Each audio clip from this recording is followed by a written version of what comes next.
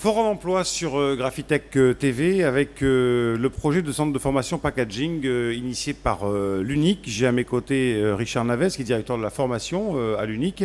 Bonjour. Et puis Dominique Bouffard qui représente la compagnie des chefs de fabrication d'imprimerie, la CCFI, et qui nous apportera un éclairage sur les attentes des donneurs d'ordre en termes de packaging en général, mais plus particulièrement on fera un focus sur les PLV. Elle essaiera de nous ouvrir quelques horizons sur effectivement les besoins du marché des fabricants de PLV et l'adéquation avec la formation existante et les ressources existantes. Richard Lavez, prenez votre micro. Bonjour et bienvenue. Pack en scène, donc c'est une initiative unique qui consiste tout simplement à ouvrir un centre de formation en Seine-et-Marne, à Saint-Fargeau-Pont-Thierry. Peut-être un mot de genèse, un mot d'historique. Hein. Et tout de suite rectifier une information, en tout cas dans l'introduction que vous avez faite. L'UNIC accompagne et met en œuvre le projet Pack en scène. On est on va dire, à la manœuvre pour le créer, pour le lancer, mais je dirais que ce projet Pack en scène, c'est vraiment la réunion des associations techniques professionnelles du secteur. Au début donc, du projet, il y avait deux associations qui se sont exprimées sur des attentes fortes des industriels du secteur. L'association ProHelio, l'association ProFlexo, donc qui, comme leur nom le suggère, concerne ces deux procédés d'impression, qui sont venus un jour présenter partager leur constat avec justement l'UNIC. De là, nous avons constitué un groupe de travail, réalisé une étude d'opportunité au niveau de la profession, donc une étude nationale, et d'autres associations nous ont rejoints, comme l'association technique des flexographies françaises, mais également l'Union nationale des fabricants d'étiquettes adhésives. Donc c'est vrai que ce sont un ensemble de professions et de professionnels qui se sont reconnus dans cette démarche, parce que le constat était partagé, il y a un vrai besoin, et on y reviendra tout à l'heure. Et puis, le projet Pack en scène, c'est aussi des collectivités territoriales. Vous avez cité la ville de Saint-Fargeau, c'est elle qui va héberger concrètement le projet sur un ancien site industriel d'une imprimerie, justement, de papier peint, qu'ils vont nous aider à acquérir, à transformer pour accueillir ce centre de formation. C'est aussi Seine-et-Marne Développement, bien évidemment, puisque c'est un projet porté par le département. C'est aussi la région Île-de-France, parce que s'agissant de formation professionnelle, voilà, on a réuni des interlocuteurs utiles. Et c'est aussi les fournisseurs qui sont dans le tour de table, non pas capitalistiques, mais qui aussi apportent leur pierre à l'édifice, parce qu'il va falloir mettre des machines.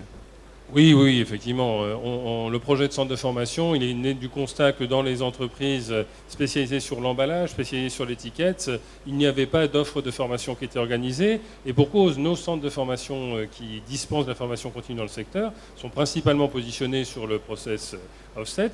Mais sur l'emballage, force est de constater qu'on est sur de la flexo, sur de l'héliogravure, sur de la flexo-tambour centrale. Quand on est sur l'étiquette, c'est de la flexo-étiquette. Mais c'est vrai qu'on a une grande variété de procédés que nos centres historiques de formation n'ont pas eu besoin de réunir au début.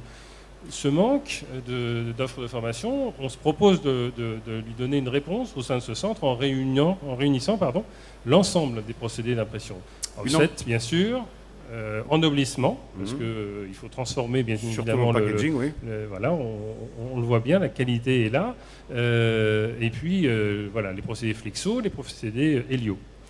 Une ambition collective pour réunir les professionnels de l'impression d'emballage et d'étiquette. Donc c'est une initiative qui donne un peu d'oxygène finalement, c'est une diversification. On en parlait ce matin avec des représentants de l'UNIC ici même.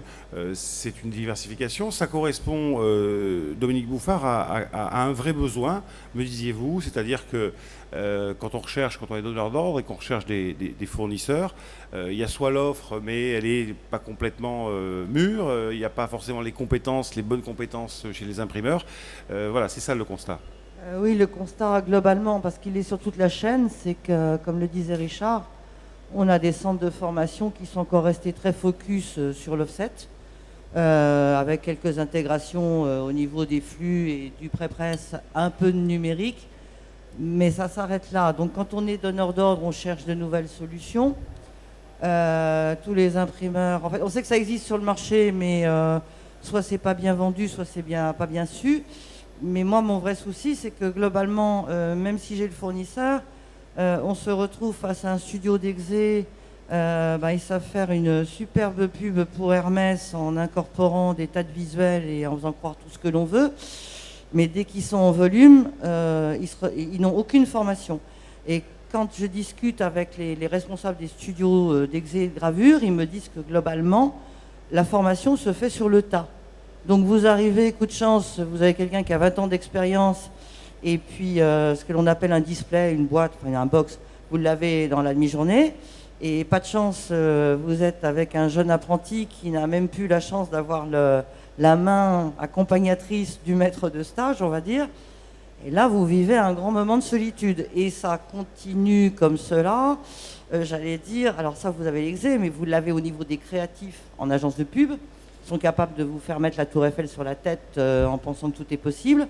Je ne parle même pas des compétences en papier. Voilà.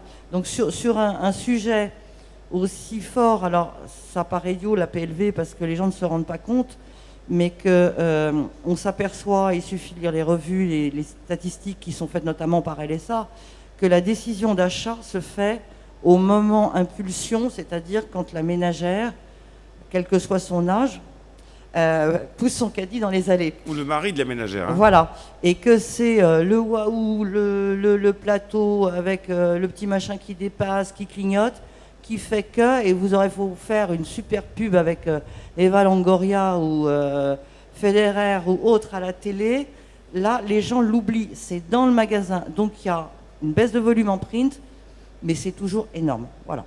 Alors, commentaire sur ce que vient de dire Dominique Bouffard, là, sur ce besoin-là. Vous l'aviez intégré à votre offre pédagogique à venir ? Oui, largement, puisqu'effectivement, si les industriels sont confrontés à cette réalité, leurs commanditaires, les donneurs d'ordre exigent celle-là, cherchent à améliorer les choses, cherchent à apporter effectivement ce savoir-faire et le donner déjà en interne de leurs équipes, et puis trouver la réponse au niveau des fournisseurs que sont les imprimeurs qui doivent transformer, réaliser, concrétiser le projet et l'idée.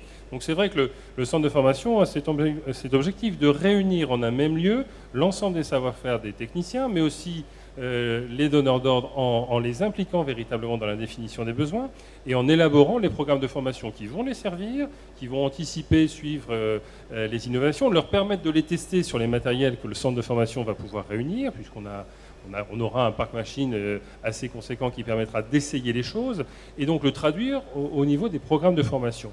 Beaucoup de nos interlocuteurs, des professionnels nous disent on a besoin de revenir sur un certain nombre de fondamentaux, non pas que nos conducteurs ne savent pas faire, mais c'est parce qu'on n'a jamais pris le temps de leur donner ces bases.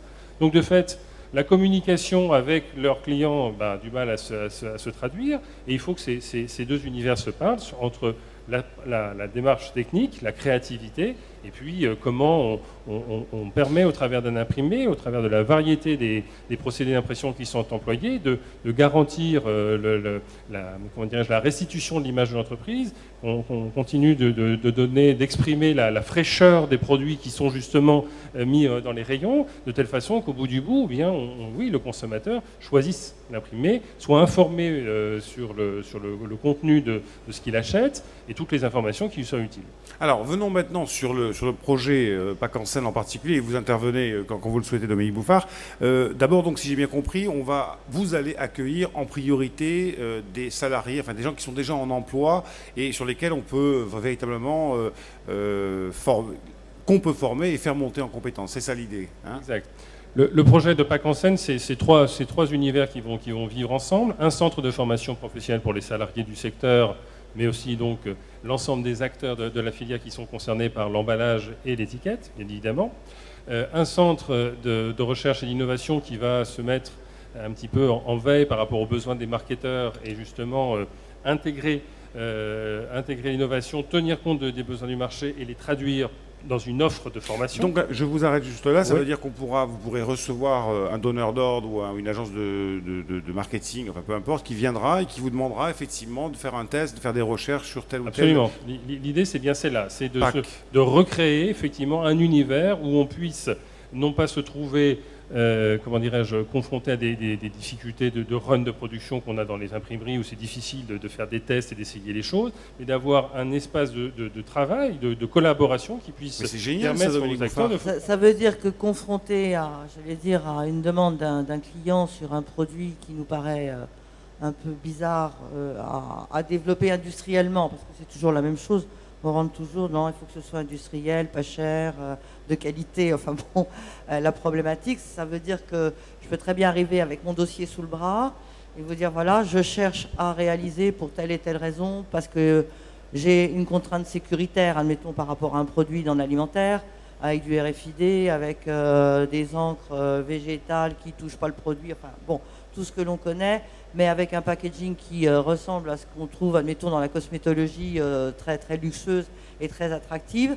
Je peux arriver avec ça et vous avez à ma disposition, entre guillemets, le panel des professionnels qui vont être capables de me dire nous n'avons pas la solution, mais nous travaillons dessus, ou nous sommes en progression, ou nous avons tel type de solution, parce que globalement, c'est vrai qu'on sait qu'on ne va jamais trouver à 100% ce que l'on a créé, mais on cherche toujours à tendre aux 95-98%, et là, ça serait hyper intéressant, sachant que ceux qui sont en contact avec le vrai client sont des commerciaux, sont des têtes bien faites qui sortent de l'ESSEC ou d'HEC. Pour vous faire rire, on leur parle du shampoing Pantene et ils vous mélangent ça avec un Pantone, donc ça vous laisse... Ah. On a vraiment besoin, et on sait que dans les agences, il n'y a plus de vrai chef de production. Dans ce que vous dites, vous dessinez finalement deux grandes missions du centre. Bon, la formation, on l'a compris, mais la recherche, parce que là, très vite, vous allez avoir des sollicitations. C'est un ensemble. Je crois qu'effectivement, la formation, pour qu'elle soit au meilleur niveau possible, il faut qu'elle s'enrichisse de l'innovation, il faut qu'elle colle à la réalité et suive très vite les innovations qui sont proposées, qui sont dictées par les clients, par les consommateurs, qui ont des attentes très fortes. Il faut donc qu'on les intègre le plus rapidement possible dans les cursus de formation, de telle façon que l'ensemble des acteurs, que ce soit le commanditaire, que ce soit celui qui réalise l'impression, s'imprègne bien, se comprenne et arrive à produire le meilleur du possible. C'est vrai que ce centre, il a l'ambition de véritablement combler un manque, de constater de part et d'autre. Il a dès à présent un formidable écho en direction des donneurs d'ordre, en direction des imprimeurs qui se reconnaissent bien dans la démarche, qui font le constat commun et partagé, qui a vraiment besoin de travailler sur des choses ensemble, sur des projets ensemble, et c'est l'ambition de ce centre. Je pense aussi, et ça c'est tout à l'honneur de l'UNIC et de ce groupe, c'est que il est essentiel que les imprimeurs comprennent qu'il y a encore des jobs à valeur ajoutée, mais à valeur ajoutée pour le client en qualité, mais à valeur ajoutée par rapport aux marges que vous pouvez dégager, et que le packaging reste encore quelque part par rapport au reste qui est totalement concurrencé parce qu'on fait du volume et pas de la qualité, ou parce qu'il y a le net qui ne tue pas le papier. Non, on fait du volume et de la qualité, mais à des prix effectivement. Voilà, mais le packaging reste quand même un domaine sur lesquels les imprimeurs peuvent récupérer, je pense, des marges qu'ils ont perdues sur le reste. Et en cela, c'est très intéressant et c'est très judicieux pour accompagner cette branche. Pour poursuivre sur la troisième, je dirais, mission qu'aura le centre, c'est un centre de service associé pour de la petite sous-traitance ponctuelle, pour essayer de faire rentrer un petit peu de cash quand même. Oui, je crois qu'il ne faut pas avoir peur de dire que peut-être qu'une des raisons pour lesquelles on n'est pas arrivé à créer un tel centre, c'est que ça représente bien évidemment un investissement considérable du fait des matériels qui sont réunis, du fait du contenu même du centre de formation. On veut recréer quelque part des univers de production, des vrais ateliers, de la conception jusqu'à l'impression et la transformation de l'imprimé. On est bien sur des investissements lourds. Effectivement, formation professionnelle, recherche, innovation, test sur machine. Manque un petit aspect des choses, c'est de pouvoir véritablement dire qu'on est capable de produire et de préparer des professionnels qui sont opérationnels pour les entreprises. C'est la raison de ce centre de service, de pouvoir générer et réaliser des petits travaux de sous-traitance que nous confieraient les industriels, parce que, encore une fois, ce qui intéresse l'industriel, c'est d'avoir des productions, des runs qui soient réguliers, importants, etc. Peut-être leur permettre de ne plus être embêtés quand leurs clients leur demandent de faire des petites productions, et qu'ils pourraient vraisemblablement pouvoir passer au centre de formation, au centre de service. Mais c'est également aussi s'assurer que le centre a une pérennité dans le temps. Je crois qu'il ne s'agit pas de créer une concurrence malvenue, il s'agit véritablement de pouvoir apporter le complément. Il n'existe pas de centre similaire de toute façon, donc il n'y aura pas de concurrence. n'y a pas de concurrence, c'est clair. Voilà. Et à partir du moment où vous commencez à faire un petit peu de oui. production, certains professionnels vous diront, attendez les copains, vous êtes gentils, mais là, Ouais, vous marchez ouais. sur mes plates-bandes, normalement, j'aurais pu le faire. Oui, certainement, sauf que l'objectif, c'est bien de servir la profession en créant un centre de formation, un centre d'innovation. Si effectivement la partie service peut apporter un complément qui garantisse l'équilibre général du tout, globalement, tout le monde y aura gagné. Pour essayer je dirais de formaliser un petit peu et de trouver une idée, alors vous apportez une petite plaquette qu'on peut peut-être montrer rapidement, mais bon, qui ne dit pas grand-chose, mais enfin ça nous montre un peu, pas qu'en scène, il y a un petit peu de visuel. Quelle superficie d'abord, alors, première question, uniquement vocation nationale ou vous élargirez à d'autres pays? Dans un premier temps, c'est un projet national. Ça doit Mhm. devenir le centre national de formation au métier de l'impression, d'emballage et d'étiquette. Ça, c'est Mhm. évident. Une ambition aussi européenne, parce que là encore, ça n'existe pas à l'échelle européenne. Il y a de très belles écoles qui existent en Allemagne, en Suède, qui font des choses, mais sur un public, on va dire, peut-être plus jeune. Mhm. Et là, nous visons plutôt Donc des en salariés formation poste, initiale plutôt, oui. absolument, voilà. Supérieure, mais initiale Mhm. toujours. Et puis, effectivement, compte tenu de l'évolution des marchés, un tel centre a forcément une ouverture sur les pays du Maghreb, où il y a actuellement une dynamique assez intéressante en matière d'emballage, de packaging, etc. Et je crois que des collaborations méditerranéennes sont assez faciles à organiser. Donc c'est vrai que, oui, pour le coup, la profession est en train de se donner les moyens d'avoir une vraie vitrine de ses savoir-faire, une vraie reconnaissance internationale, et je crois que c'est l'ambition. Il faut que chacun y trouve intérêt. Le centre, vous avez montré ce visuel, bon voilà, c'est un croquis d'architecte. Pour l'anecdote quand même, la semaine dernière, vous avez validé le projet architectural. Hein. Voilà, effectivement. Le 5 juin dernier, le comité de pilotage recevait des équipes d'architectes. Il y a eu un concours d'architectes qui a été lancé. Voilà, un projet a été retenu parce que c'est celui qui était le plus conforme à nos attentes. Une vitrine, une vraie vitrine. Hein, c'est 300 mètres linéaires de parois vitrées qui vont justement ouvrir à l'extérieur. Et puis, c'est organisé comme un vrai atelier. C'est 4500 mètres carrés qui seront aménagés, dont 2200 mètres rien que pour l'atelier. Un showroom, des salles de formation. Bref, on est sur un bel outil au service de la profession.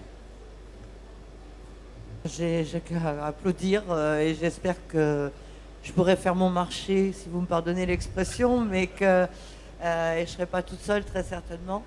Et j'espère que ça sera du début à la fin, c'est-à-dire sans oublier toute la partie pré-presse, en amont, pour la formation. Pas uniquement les machines et le print, parce qu'avant, c'est très important également. L'organisation de l'information, le traitement des fichiers, la sécurisation des données, voilà, c'est les données variables, etc. C'est vrai que ce sont autant de sujets qui vont être traités dans le centre, mis en œuvre et transformés. Et une question, parce que j'entends parler de Flexo ou autre, au niveau du numérique, parce que l'étiquette, on fait de superbes étiquettes de vin maintenant. On a vu des choses, et je connais quelques imprimeurs membres d'un groupement qui font des choses extraordinaires. Ça fait partie des équipements.